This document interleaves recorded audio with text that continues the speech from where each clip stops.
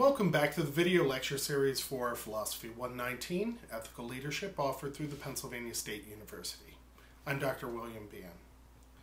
In this course, we're going to make use of a number of distinctions that try to give us a broad perspective on ethics and ethical practice so that we can then apply that perspective to the very specific question of leadership ethics. The two major ethical thinkers we're going to take up early on in the class can be seen as prime examples of two schools of thought regarding ethics, what we'll call the consequentialist and non-consequentialist, or deontological schools. So what do we mean by these terms?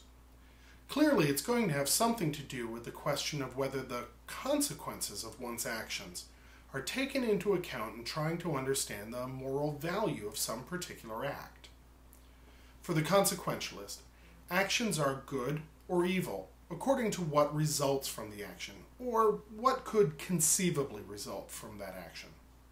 Put very simply, if an action has good effects, then it's a good action. If it has bad effects, then it's an evil action. In our ordinary everyday lives, we tend to act on principles very much like this. We tend to justify things that would at first glance seem to be wrong by saying, well, no one got hurt. When we do this, we're thinking like consequentialists. If the action had resulted in someone getting hurt, then we would have to have considered it very differently. So in this case, it seems that it is the result and not the act itself that determines whether it is or is not the right thing to do. Another example is the so-called little white lie. When Grandma buys me the sweater with a Scotch Terrier on it for the 7th Christmas in a row, I tell her it's just what I wanted. Why? Because I take into account her feelings and the relative effects of telling the truth and telling a lie. In our leaders, we see consequentialist ethical tendencies as marking someone as compassionate, open-minded, and amenable to compromise. On the other hand, when we're asked about our own ethical ideas, we tend to like to think of ourselves as non-consequentialists. The non-consequentialist says essentially that an act is good or bad in and of itself, not because of the consequences that come from it. If it is wrong to lie, it's wrong to lie even if the lie has good consequences. Non-consequentialists tend to see the ethical world in rather black and white terms. Think, for example, of a familiar ethical text, the Ten Commandments. The prohibitions in the form of thou shalt not don't admit exceptions or loopholes. Circumstances, effects, ramifications, consequences are at best secondary in determining the moral quality of an act, person, or system when it's seen from the non-consequentialist perspective.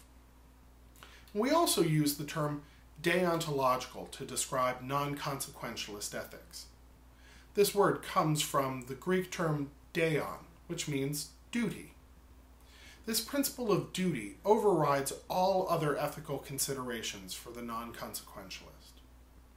In our leaders, we tend to see non-consequentialist ethics as marking someone with integrity, a leader who is principled and unwilling to sacrifice ideals for practical benefits. As you can see, both forms of ethical thinking have potential to be helpful in trying to shape our own leadership styles and in dealing with the ethical dilemmas that we face either as leaders or followers.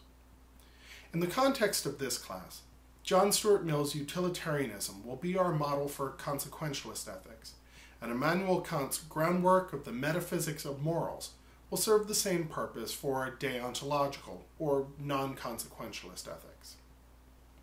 We'll begin with Kant's somewhat black and white worldview, to which Mill's perhaps more adaptable ethical system may be seen as a response. In our next video, we'll take a closer look at Kant's system specifically and try to work through some of his terminological issues.